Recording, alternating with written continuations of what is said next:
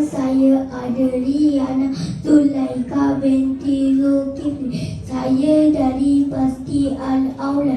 Tajuk saja saya pengorbanan.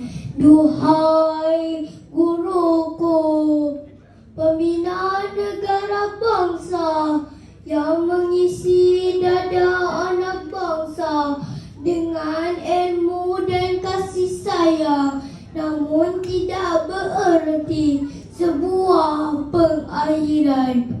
Wahai anak-anak didik Pasti yang disayangi, yang dikasihi, jadilah insan yang mulia dan bertakwa. Guruku insan mulia, mengajar mendidik tanpa alpa, memberi ilmu dan bekalan di masa depan.